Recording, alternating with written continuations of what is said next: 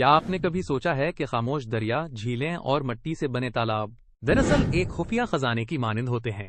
کیا یہ ممکن ہے کہ پہاڑوں کے بیچ بہتی ندیاں صرف خوبصورتی نہیں بلکہ روزگار کا ذریعہ بھی ہوں؟ کیا آپ جانتے ہیں کہ ٹراؤٹ اب صرف کھیل تک محدود نہیں رہی بلکہ ایک پوری اکانومی کی بنیاد بن چکی ہے؟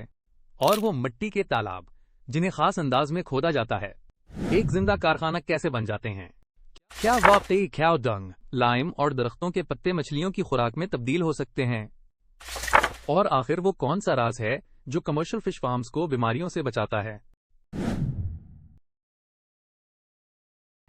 آج ہماری بات چیت کا موضوع ہوگا ان لینڈ فشنگ، جس میں مختلف قسم کی مچھلیاں پکڑی جاتی ہیں جیسے کہ ہلا، مہسیر، پلہ اور ٹراؤٹ۔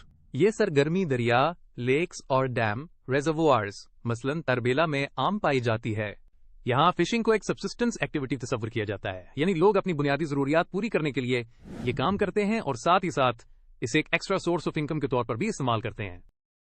شمالی علاقوں میں ٹراؤٹ کو کیچ کر کے سپورٹ کے طور پر انجوائے کیا جاتا ہے، جہاں روایت یعنی ٹریڈیشن تفریح یعنی ریکریشن سے ملتی ہے۔ یہاں چھوٹے ٹریڈیشنل نیٹس استعمال کیے جاتے ہیں جو فش کو پکڑنے میں خاص سے مددگار ثابت ہوتے ہیں۔ اب آئیے بات کرتے ہیں کمرشل فشنگ یا فش فارمز کی، جن میں ماڈرن ٹیکنیکس استعمال کی جاتی ہیں۔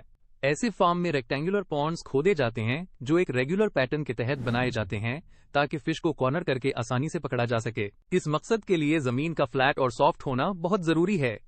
فردرمور، اس میں ایک امپرمیبل سوئل لیئر بھی ہونی چاہیے تاکہ واٹر کا نقصان کم سے کم ہو۔ یہ تصویر ان لینڈ فشنگ کو ظاہر کرتی ہے، جس میں دو افراد جال سے مچھلیاں پکڑ رہے ہیں۔ ہر پونڈ میں مختلف ٹائپس کی فش رکھی جاتی ہیں تاکہ وہ ایک دوسرے کو نقصان نہ پہنچائے، جبکہ ملٹیپل پونڈز بیماریوں کو قابو کرنے میں مدد فراہم کرتے ہیں۔ امبینکمنٹس بنانے کے لیے زمین نکالی جاتی ہے اور وہاں ٹریز پلانٹ کیے جاتے ہیں جو نہ صرف شیڈ فراہم کرتے ہیں بلکہ سوئل ایروژن کو بھی کم کرتے ہیں، اور ان کے لیوز آخرکار فش کے لیے فوڈ کے طور پر کام آتے ہیں۔ پونڈ کے سائڈز کو سٹونز یا سیمنٹ سے لائن کیا جاتا ہے تاکہ واٹر لاس کو روکا جا سکے۔ مزید یہ کہ سرفس پر کاؤ ڈنگ یعنی گائے کا گوبر یا فرٹیلائزر سپریڈ کیا جاتا ہے تاکہ مائکرو آرگینزمز کو فوڈ ملے جنہیں بعد ازاں فش کنزیوم کرتی ہیں۔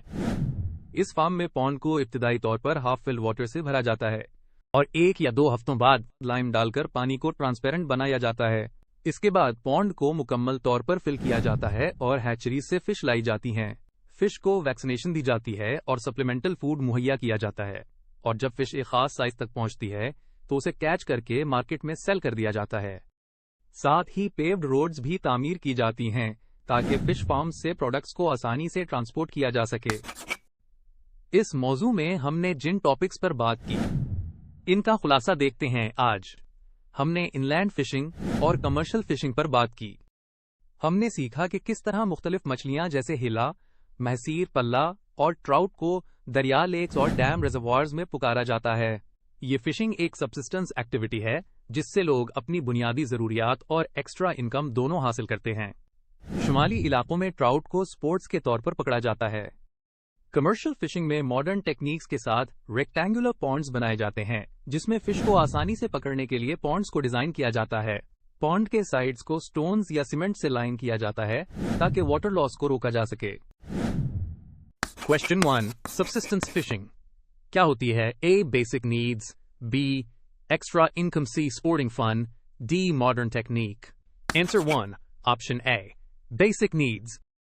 Question 2. کون سی مچھلی کھیل کے لیے استعمال ہوتی ہے؟ A. Trout. B.